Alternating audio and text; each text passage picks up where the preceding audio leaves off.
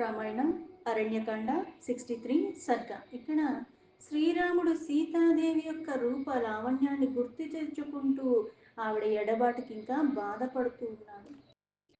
సరాజపుత్ర ప్రియాయా విహీన కామేన శోకేన చ పీడ్యమానః విషాదయన్ భ్రాతరామార్తరూపో భూయో విషాదం ప్రవివేశ తీవ్రం. రాజకుమారుడైన శ్రీరాముడు ఆ సీతాదేవి భార్య యొక్క ఎడబాటు వల్ల అంత శోకానికి లోబడిపోయి ఉన్నాడు. ఆ సీతాదేవిని స్మరించుకుంటూ ఇంకా ఇంకా పరితపించిపోతున్నాడు. రాముడు యొక్క పరిస్థితిని చూసి లక్ష్మణుడు కూడా ఆ బాధకి లోబడి ఉన్నాడు. ఎందుకంటే అయోధ్యకి నేను మళ్ళీ తిరిగి రాలేను సీత లేకుండా, నేను అందుకుని నువ్వు వెళ్ళిపో, అలాగే భరతుడిని ఆ రాజ్యాన్ని తానే అధికారాన్ని తీసుకుని ఆయన్నే పరిపాలన చెయ్యమను అని చెప్పాడు. పైగా నా తల్లి బాధ్యతను కూడా నువ్వే తీసుకుని నువ్వే ఆవిడ్ని చక్కగా చూసుకోమని ఇవన్నీ చెప్పాడు. అవన్నీ విని లక్ష్మణుడికి ఇంకా బాధ వచ్చేస్తుంది. సలక్ష్మణం శోకవాసాభిపన్నం శోకే నిమగ్నో విపులేతు రామః ఉవాచ వాక్యం వ్యసనానురూపం ఉష్ణం వినిశ్వస్య రుదన్ సశోకం. శ్రీరాముడు ఎంత ఆర్తితో మళ్ళీ తీవ్రంగా విచారానికి లోపడంటే ఆవిడనే స్మరిస్తున్నాడు, ఆవిడనే ఆలోచనలో ఉన్నాడు, ఎటు చూసినా ఆవిడే కనిపిస్తుంది. అలా ఉన్న రాముడు పైగా సీత యొక్క విరహంలో పరితపించిపోతూ ఉన్నాడు, దుఃఖంలో ఉన్నాడు. రాముడిని చూసి లక్ష్మణుడికి ఇంకా దుఃఖం వస్తుంది. కానీ రాముడు మళ్ళీ అంత దుఃఖంలో లక్ష్మణుడు కూడా దుఃఖానికి లోబడుతుంటే చూసి అత్యంత విచారంలో వేడి నిట్టూర్పులు విడుస్తూ ఏడుస్తూ బాధపడుతూనే ఆ బాధలను ఇక్కడ మళ్ళీ తనతో పంచుకుంటున్నాడు తమ్ముడితో. నమద్విధో దుష్కృత కర్మకారి మన్యే ద్వితీయోస్తి వసుంధరాయ శోకేన శోకో హి పరంపరాయ మామేతి భిందన్ హృదయం మనశ్చ. ఈ భూమండలంలో నా వంటి పాపాత్ముడు ఇంకొకడు ఉండడే అని నేను అనుకుంటున్నాను. అందుకే అంతులేని శోక పరంపర అంటే ఈ శోకం కూడా ఎలా వస్తుందంటే మనకు ఆస్తులు ఇవన్నీ పరంపరంగా వస్తున్నాయి అంటాం. ఇక్కడ శోకం పరంపరంగా అంటే ఒక బాధ నుంచి తగ్గుతున్నాము, కాస్త విరామం వచ్చింది అన్నట్టుగా ఎక్కడా లేదు. ఒకదాని తర్వాత ఒకటి ఒకదాని తర్వాత ఒకటి అన్నట్టుగా వస్తూనే ఉన్నాయి. అందుకే నేను పాపాత్ముణ్ణి కాబట్టే కదా నాకు ఈ శోకాలన్నవి పరంపరంగా వస్తున్నాయి, నన్ను వెంటాడుతూనే ఉన్నాయి. ఇది నా హృదయాన్ని ముక్కలు ముక్కలు చేసేస్తుంది. పూర్వం మయా నూనమభిప్సితాని పాపాని కర్మాణ్యాస కృతకృతాని తత్రాయమధ్యాపతితో విపాకో దుఃఖేన దుఃఖం యదహం విసామి. మనస్సుని వికలం చేసేస్తుంది. అంటే నిజంగా ఒక బాధ వచ్చిందంటే పోన్లే ఇప్పుడు కాకపోతే రేపన్నా తొలగిపోతుందని ఏదో కాస్త ధైర్యం చేసుకుంటూ దాన్ని తట్టుకుంటూ ముందుకు వెళ్ళిపోతాం. ఇది తీరనే తీరదు, ఇంకా తీరిపోతుంది అనుకున్నప్పుడు ఇంకో ఉపద్రవం, పైగా దీనికన్నా ఎక్కువది. అలాగే పరంపరగా వస్తూ వస్తూ వస్తూ ఏమోనని మనస్సు విరిగిపోతుంది. ఇంకా ఈ ఊబులోంచి బయటికి రాలేనేమో, ఇంటిలోనే నేను ఉండిపోవాలేమో, పైగా ఒక దుఃఖానికి ఇంకో దుఃఖానికి అసలు ఎక్కడా నన్ను ఏ వైపు నుంచి కూడా ప్రశాంతత లేకుండా చేసేస్తున్నప్పుడు ఆ మనస్సు ఎలా అయితే విరిగిపోతుందో అతలాకుతలం అన్నట్టుగా వికలమైపోయి ఉన్నది. నేను పూర్వజన్మలో బుద్ధిపూర్వకంగా నిజంగానే ఎన్నో పాపకర్మలు చేసేసి ఉంటాను. ఆ పాపాల యొక్క ఫలితమే నాకు ఈ జన్మలో ఇలా పరంపరగా ఒకదాని తర్వాత ఒకటి అన్నట్టుగా ఆ దుఃఖాలు అనుభవిస్తూనే ఉన్నాను లక్ష్మణ. అందుకే నాకు ఇవన్నవి తొలగట్లేదు అన్నాడు. రాజ్యప్రణాశః స్వజనైర్వియోగః పితుర్వినాశో జననీ వియోగః సర్వాణి మే లక్ష్మణ శోకవేగం అపూరయంతి ప్రవిచింతితాని. అందుకే లక్ష్మణ మొదటేమో రాజ్యం నుంచి అక్కడి నుంచి చేజార్చుకున్నాను, అంతేకాకుండా నా బంధువులకి దూరం అయిపోయాను, ఇలా తండ్రిని పోగొట్టుకున్నాను, తల్లికి దూరం అయిపోయాను. ఇవన్నీ నాకు ఎలా అయితే పరంపరగా వస్తున్న శోకాలు అవన్నీ గుర్తు చేసుకుంటూ ఉంటే నేను చెయ్యరాని పాపం ఏదో చాలా బుద్ధిపూర్వకంగా చేసుంటాను పూర్వజన్మల్లో, దాన్ని ప్రతిఫలాన్ని ఇప్పుడు నేను అనుభవిస్తున్నట్టున్నాను అని. సర్వంతు దుఃఖం మమ లక్ష్మణీనం శాంతం శరీరే వనమిత్య శూన్యం సీతా వియోగాత్ పునరప్యూధీర్ణం కాష్టేరివాగ్ని సహసా ప్రదీప్తః. ఓ లక్ష్మణ, ఈ నిర్జనమైన అరణ్యంలో ఇన్ని కష్టాలు అనుభవిస్తూ ఉన్నానే, నాకు పాపం ఇన్ని కష్టాల్లో కూడా సీత ఎప్పుడూ తోడుగానే ఉంది కదా. ఆ సీత తోడుగా ఉండటం వల్లే నాలోని దుఃఖాలన్నీ కూడా తొలగిపోయి ఆవిడ నా పక్కన ఉందన్న ఆనందంలో అన్నీ నేను కూడా విస్మరించి ఈ క్షణంలో ఈ ప్రదేశంలో కూడా నేను హాయిగా ఉండగలిగాను. కానీ ఇప్పుడు ఆ సీతే నాకు దూరం అయిపోయింది. అందుకుని సమిధలు చేర్చుటలో అగ్ని ప్రదీప్తమైనట్టుగా నా దుఃఖాలు మళ్ళీ నాకు ఎలా అయితే అగ్ని కొంచెమే ఉంటుంది, ఒక్కొక్కటి ఒక్కొక్కటి మళ్ళీ కర్రలు వేస్తూ ఉంటే ఏమవుతుంది, మళ్ళీ అది పెరుగుతూ ఉంటుంది. ఇప్పుడు ఇన్ని దుఃఖాలు వచ్చినా సరే సీత నా పక్కన ఉంది కాబట్టి నేను అవన్నీ మర్చిపోయి హాయిగా నా జీవితాన్ని గడిపాను. ఇప్పుడు ఆ సీతే నాకు దూరం అయిపోయేసరికి ఈ దుఃఖాలన్నీ కూడా నాకు మళ్ళీ ఇంకా ఎక్కువగా తీవ్ర స్థితికి వెళ్ళుతున్నట్టుగా నాకు అనిపిస్తుంది. ఉత్తమురాలైన నా సీత ఎంతో భయస్థురాలు, కానీ ఇవన్నీ ఆనందంగా నా కోసం స్వీకరించిందే. సానూనమార్య మమ రాక్షసేన బలాధృతాకం సముపేత్య భీరుః అపస్వరం సస్వర విప్రలాప భయేన విక్రందితవత్యా భీక్షణం. ఎవరి అంటే ఒక రాక్షసుడు ఆమెను బలవంతంగా అపహరించి ఆకాశ మార్గంలో తీసుకుపోయి ఉంటాడేమో అని నేను అనుకుంటున్నాను. ఎందుకంటే సహజంగా చాలా మధురమైన స్వరము, అట్లాంటి గొంతు కలిగిన సీత అప్పుడు ఆ రాక్షసుని భయానికి అక్కడ కంఠంలోంచి ఏడుస్తూ ఏడుస్తూ ఆ గొంతు కూడా రాలేకపోయి ఉంటుంది, లేకపోతే అరిచన్నా సరే మనకి చెప్పేది కదా. తౌలోహితస్య ప్రియదర్శనస్య సదోచిత ఉత్తమ చందనస్య వృత్తౌ స్తనౌ శోణిత పంకదిగ్ధౌ నూనం ప్రియాయ మమ నాభిభూద్భాతః. లోహితం అన్న పేరుతో ప్రసిద్ధమై, అంటే చూస్తూనే అంటే ఎంత శ్రేష్టమైంది అంటే ఎర్ర చందన పూతలాగా ఉంటుంది సీతాదేవి. అంత అందమైన ఆవిడ, పైగా అన్ని అంత సుగుణప్రాయంగా ఉంటుంది.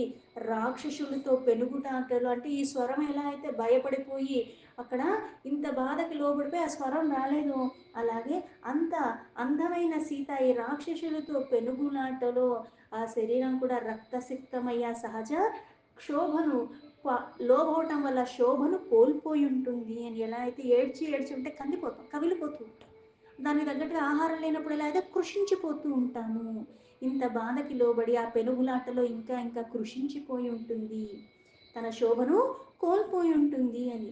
తత్క్లాక్ష్ణాస్యువ్యక్త మృదు ప్రలాపం తస్యాముఖం కుంచిత కేశభారం రక్షోవశం నూనముపాగతాయ నాభ్రాజతే రాహుముఖే యతేందుః.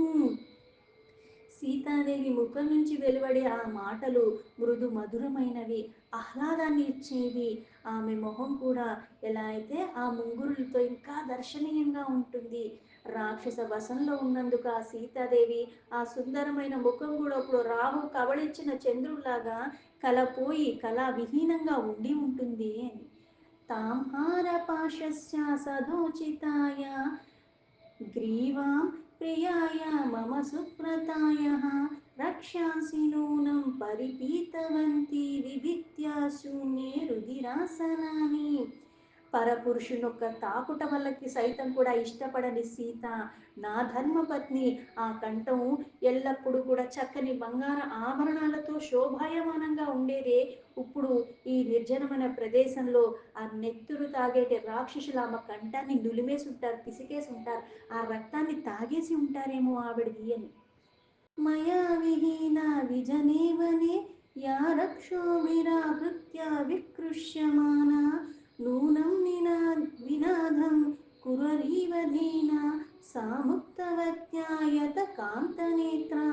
నా ఎడబాటుకి ఆవిడ కూడా బాధకి లోబడిపోయి ఇక్కడ ఒంటరిగా ఉన్న ఆమెను రాక్షసులు ఇలాగా తీసుకెళ్ళిపోయారు అవకాశాన్ని చూసుకుని. అయితే ఆమెని బలవంతంగా లాక్కుపోయే ఆ క్రమంలో ఎలా అయితే క్రౌంచ పక్షిలాగా దీనంగా బిగ్గరగా కేకలు పెట్టుండొచ్చు, కానీ మనం చాలా దూరంగా ఉన్న దాని కారణంగా మనకి వినపడి ఉండదు.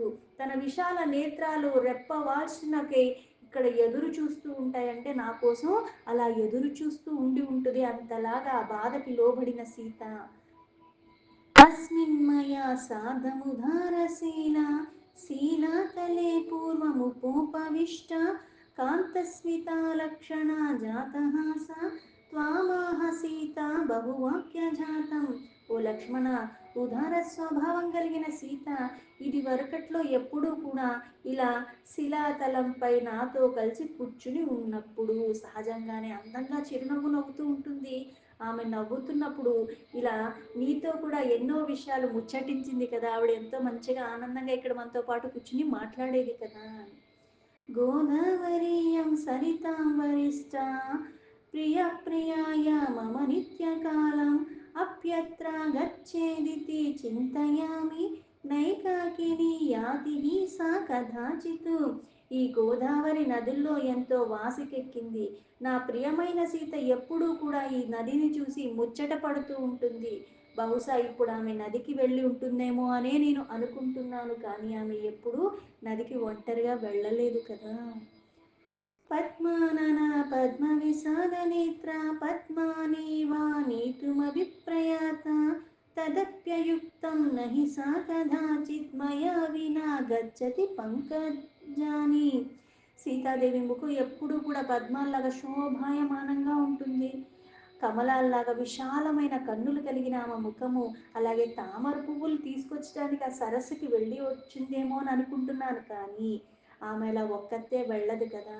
ఈ ఊహ కూడా సరైంది కాదని అనిపిస్తుంది. ఎందుకంటే ఎప్పుడు తోడు లేకుండా ఎక్కడికి వెళ్ళదే, ఎప్పుడు తోడుగా తీసుకెళ్లేదు, ఒంటరిగా వెళ్ళిందే లేదు ఇప్పటి వరకు. కామంతిద్విధం పుష్పితా వృక్షషండం నానావిద్యేహ పక్షిగణైరుపీతం వనం ప్రయాతాను తదప్యయుక్తం ఏకాకిని సాతి బిభేతి భీరుః. ఈ వనంలో వృక్షాలన్నీ కూడా విరబూసిన పువ్వులతో చూడ ముచ్చటగా ఉంటాయి. వాటిపై గల ఎన్నో రకాల పక్షులు కూడా చక్కగా ఆ శబ్దాలు ఏవైతే చేస్తూ ఉంటాయి, ఇంకా వినే కొద్దీ వినాలనిపిస్తుంది. అందుకే వీణులు విందుగా ఉండేది. అందుకే ఆమె ఇప్పుడు ఆ వనములను చూడటానికి వెళ్ళిందేమో అని అనిపిస్తుంది, కానీ అట్లా కూడా అనుకోవటానికి సరిపోదు కదా. ఎందుకంటే భయస్వభావం అందుకుని సీత ఒక్కతే అలా వెళ్ళలేదు. అక్కడికి వెళ్ళటానికి కూడా భయపడుతుంది కదా, ఒంటరిగా వెళ్ళటానికి. ఆదిత్య భూలోక కృతజ్ఞ లోకస్య సత్యానృత కర్మ సాక్షి మమ ప్రియాసా క్వా గతా హృతా వా శంసస్వామి శోకవశస్య నిత్యం. ఓ భాస్కర, నువ్వు కర్మలకి సాక్షివి. లోకంలో జరిగేటి మంచి చెడ కర్మలన్నీ కూడా నీకు తెలియను. లోకులు సర్వదా ఆచరించిన కర్మలు, ఆచరించని కర్మలు కూడా నీకు తెలుసు. కనుక నా ప్రియమైన సీత ఎక్కడికి వెళ్ళిందో, ఆమెను ఎవరన్నా అపహరించుకు వెళ్ళారో, లేకపోతే విరహంలో శోకానికి లోబడి ఉండి ఎక్కడ ఏమయ్యిందో ఆవిడ గురించి నాకు ఆ వివరాలన్నీ చెప్పి పుణ్యమన్నా గట్టుకో అని సూర్యుని అడుగుతున్నాడు ఆ శ్రీరాముడు.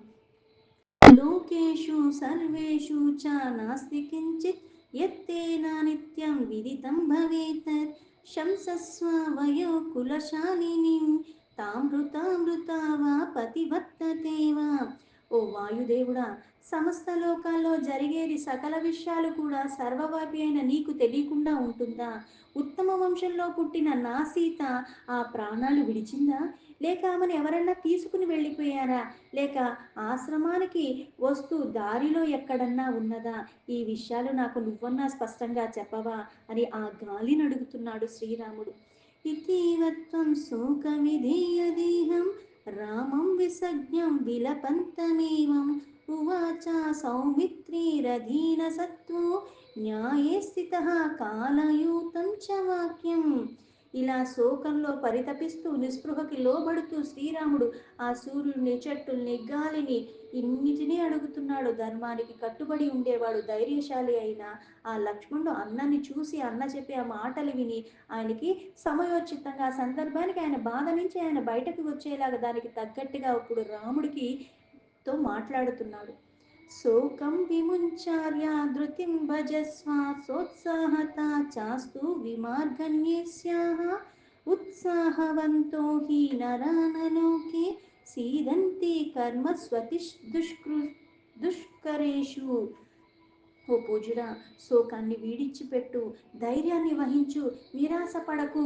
ఇలా వదినను ఉత్సాహంతో మనం ఇద్దరం వెతుకుదాము. లోకంలో ఉత్సాహవంతులు ఎలాంటి కష్టమైన కార్యక్రమాలైనా సరే వాళ్ళు చెయ్యగలరు. వాళ్ళు ఇలా కృంగిపోరు. కృంగిపోయేవాడు కార్యాన్ని సరిగ్గా చెయ్యలేడు. అందుకని మనం చెయ్యవలసిన కర్తవ్యాన్ని గురించి ఆలోచించు. మనం వెతుకుదాం ఎక్కడున్నా సరే.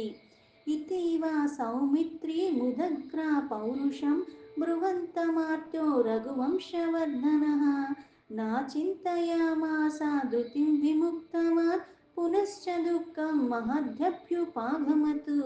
ఎంతో పరాక్రమశాలి అయిన లక్ష్మణుడు ఇలా ఎంతగా ఓదారుస్తున్నా సరే, ఆర్తిలో బాధలో ఉన్న శ్రీరాముడు అతని మాటలు చెవిన పెట్టట్లేదు, వినట్లేదు, బాధలో కృంగిపోతున్నాడు. ధైర్యాన్ని కోల్పోయి ఉన్న కారణంగా రాముడు మళ్ళా అంతులేని దుఃఖంలోనే కూరుకుపోతూ ఉన్నాడు. మనకి బాధలో ఉన్నప్పుడు చెప్పేవాళ్ళు చుట్టూ లేరని కాదు, నేను సిద్ధంగా ఉంటే ఆ బాధలు వినిగే పరిస్థితుల్లో ఉంటాను. వాళ్ళు ఎంత ఓదార్చినా ఎన్ని రకాలుగా చెప్పినా నేను ఇందులోంచి బయటకు రాకుండా దాన్నే తలములికేలాగా నేను ఉన్నప్పుడు ఏమవుతుంది అంటే, అవి నా చెవిన అంటే వినపడుతున్నట్టే ఉంటాయి కానీ చెవికెక్కవు. ఎలా అయితే దుష్టత్వంతో ఉన్నవాడికి ఎన్ని నీతి వాక్యాలు చెప్పినా వాడు చేసే పని మీదే ఉంటాడు తప్పితే ఇవన్నీ విన్నాడా వినలేదా అంటే వినను కూడా వినడు, అస్సలు పట్టించుకోడు. బాధలో ఉన్న వాళ్ళకు కూడా అదే పరిస్థితి ఉంటుంది. అందుకని ఇంతలాగా ఓదార్స్తున్న లక్ష్మణుని మాటలు ఆ రాముడు ఆ పరిస్థితిలోంచి తట్టుకోలేక ఇంకా ఇంకా కూరుకుపోతున్నట్టుగానే ఉన్నాడు. దీంతో వాల్మీకి మహర్షి విరచితమైన ఆది కావ్యమైన శ్రీమద్ రామాయణంలో అరణ్యకాండలో 63 సర్గా సంపూర్ణం.